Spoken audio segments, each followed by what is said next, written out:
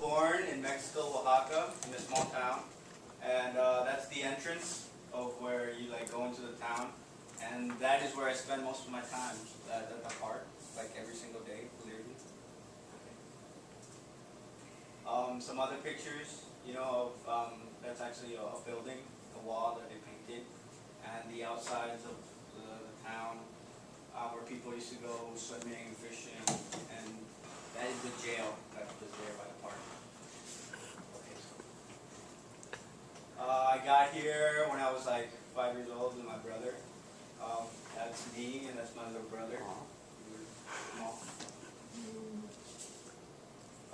Where I went to school to like middle school. I studied all the way till 8th grade. Some school's pictures.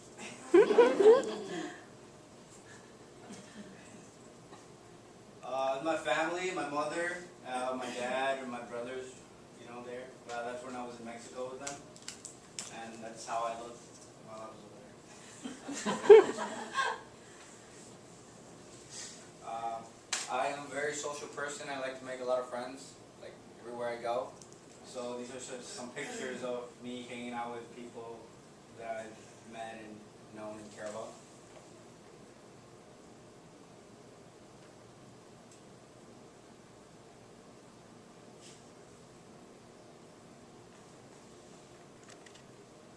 My future plans, I want to go to college and work hard, have a family, and try to be as happy as I can be. So that is my presentation. Thank you for listening. When I got to Cambodia, I wanted to know like how our traditional was. So I went to the clothing salon or clothing store and then tried out these clothes. And this is my uncle in Cambodia. So I took pictures with him just to see how it was, and they dress us up really nice. Yeah. And then when I got back from my trip, took my brother to Wisconsin Dells for his 30th birthday, and he was really happy. And this is my brother right here. Yep. And then we went to this club called the Wet Club. That's like the only club there, and we had a blast. So.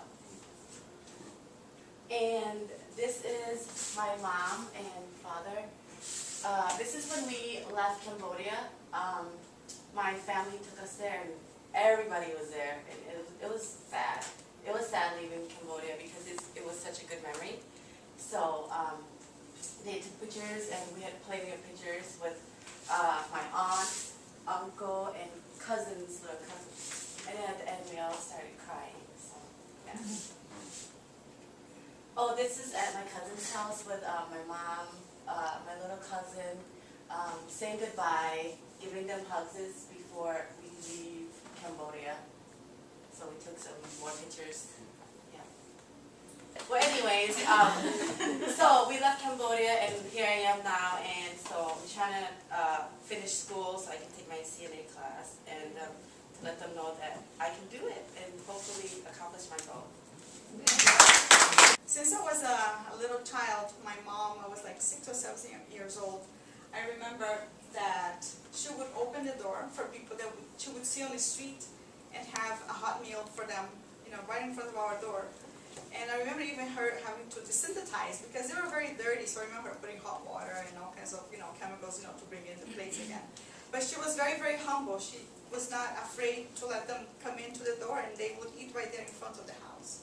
So years later, that stayed in my mind. When we moved to Miami, it was 1980, we started going to the same church we did in Brazil, and then I also had a homeless ministry. And with that homeless ministry, started just with offering, you know, the people from Miami peanut butter and jelly sandwiches to have a truck. And my daughter was very little. Then later on, we didn't go with the truck anymore. My mom and I would actually cook, put in our car and go to downtown Miami, which is a lot of homeless. Since the weather is nice here, you don't see that many homeless because I think it's because of the winter, it's cold. and people are not on the street, but over there in downtown only. Downtown, it's not a very good area, but in Miami, you can go any place without having to pass through Miami. So we made sure, I had a car that's a large, trunk, and we put like 3 pots, and we actually, the most that we did was about 15 people. Then when my daughter grew older, she went to high school, and she went next. We went on a trip to Mexico. She was an 8th grader, and this was high school, and the last year of the 8th grade also was a class from 8th grade, and the rest were all high school students. And this was also to go and build a church rooftop. And we had to do everything from scratch. We had to mix the sand, the rocks, and what else? Something else that they put in their water. But there's a machine, a round machine, has a hole in the middle, so for me, it was all new, but they were telling us what to do, so we put it in there. So the students, what they did, we would get in a big line and had these cement blocks, and then would pass the cement blocks to each other, all the way up there. And then they would use this cement to, impact this stuff on top of each other. And my daughter, when she went to college, University of Miami, for the first 2 years, I kept her with me, then she went to Tennessee. She had to write this, an essay. When you go to college, they ask you to write an essay. And she believes that one of the reasons why she was accepted in University of Miami, which is a private university, is a very good university, was because she wrote about her experience in Mexico, that she says she doesn't take it for granted what she has. Because when we went there, on the area that we went, Mexico has different areas, but the area we went, we were very poor. And we saw people on the streets, we saw people that didn't have food. And she says that, it was eye-opening for her. Because, she had a nice house, she had to go to a nice school, we had a car. So she took all these, okay, everybody has it. But once she went there, she realized, it's not everybody, and it's good to help others. Next. And our trip there, after, we came back, also for the next one. We continued doing the homeless in Miami.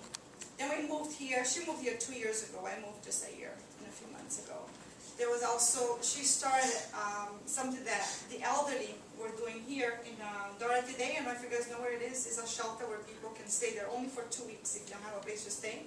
They sign up and they can go there just in the evenings. So this group of people were also feeding them. So my daughter got to be the young adults ministries, and I'm not a young adult, but I do help too. So we always go there and we cook in our house, and then we take the food there. Usually about 20, 25 people, sometimes it's less, 17 people. And that's also very rewarding, because when you help others, sometimes you forget about your own problems. And we don't actually feed them, we actually sit down on the table with them and we talk. There are people from Ethiopia, there are Americans, there are people from Wisconsin, there's from all walks of life.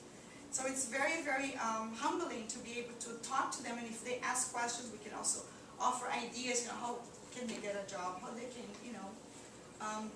live in a better situation than they are there right now. So that always was a very good influence that, I had, all because of my mom started when, I was very little, and I was able to pass it on, to my daughter.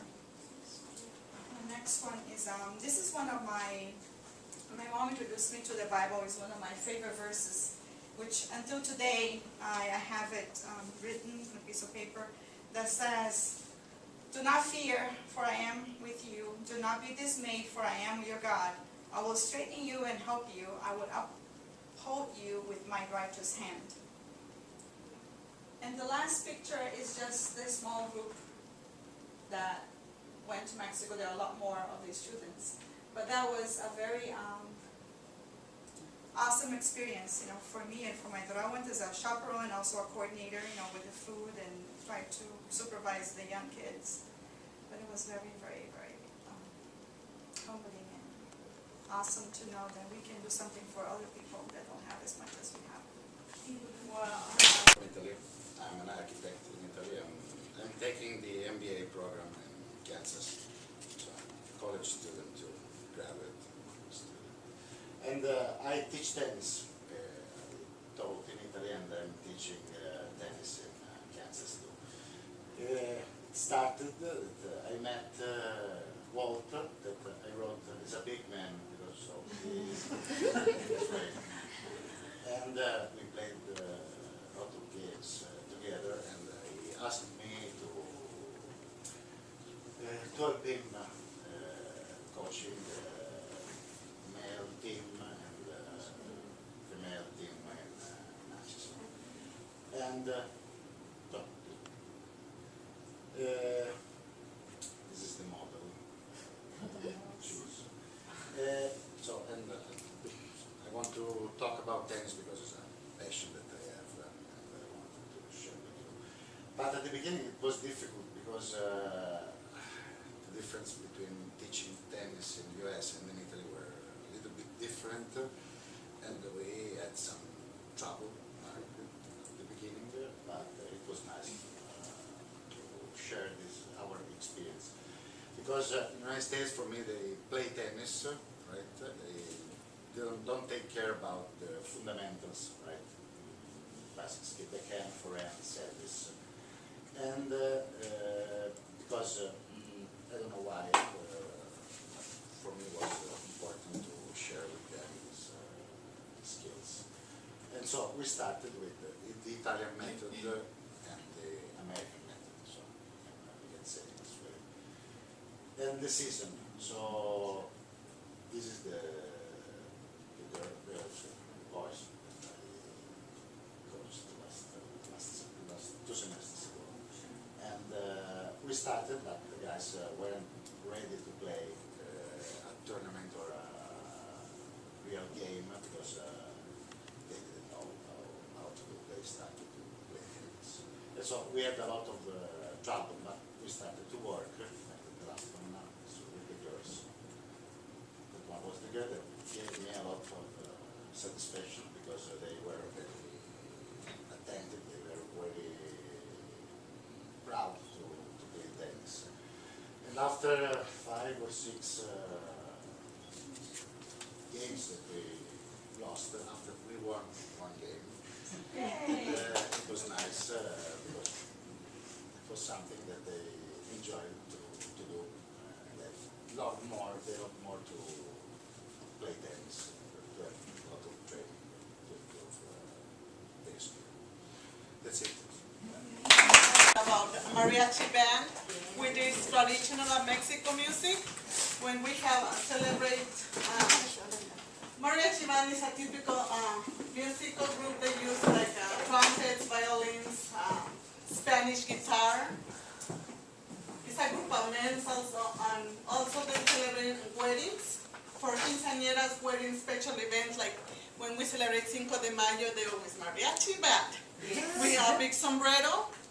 So when my son hears mariachi, he starts, el mariachi loco, el mariachi loco. So it's a crazy mariachi song.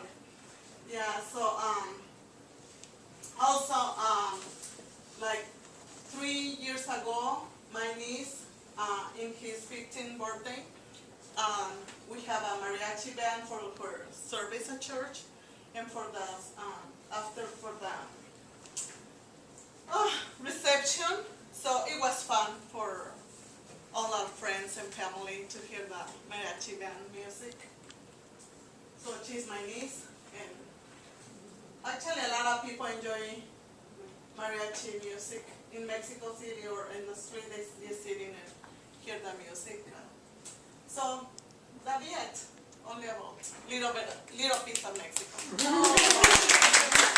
Tiali, have presentation about my time here in the United States. First one, please. I'm originally from Somalia, small town in Somalia. And my family is 5 sisters and 2 brothers. I have very good relationship with my sisters. We are back each other. We have very good relationship for the sisters, and I love them to death. In my country, we have 5 o'clock tea time, and this is what left us from the British colony when they occupied Somalia for 83 years, and until today, 5 o'clock is a tea time, and all the families sit, and we listen to something, maybe Somalia, the Somalia channel, and that's the only which tell us what's going around Somalia. We don't have, everyone's don't have a TV, but we have radio. We must sit all and listen and have some snack. And when I come to United States, my snack time 5 o'clock is done. This is my snack in United States, and you can see the result. The result is tell you is like I'm very fat, no tea, and no healthy food, and burger is my best friend. And second one, I came to United States 9 years ago. I came in winter time. I don't know why they do that to me, but I came in the snow. And the first time I see snow was when I come here in Minnesota. I say, the first question comes in my mind, how the people they can walk? I thought they don't froze in the winters, because in my brain was if you see the snow you would be froze. But after I go to school, I learned a human being have a warm blood and we cannot froze that easy. And at the same time, until today, 9 years, I hate winter, and I'm sorry if I offend anybody, but I hate winter. I came last year. I back to Hawthorne to improve my English. I'm dragging this dead person with me who is that English, still I'm not that much good. I need to put this person in a grave and learn English one time. I'm done with it. My goal in this, for coming to this and learn English as much as I go back to school and study something called human resource. And that's my presentation. Thank you very much for listening.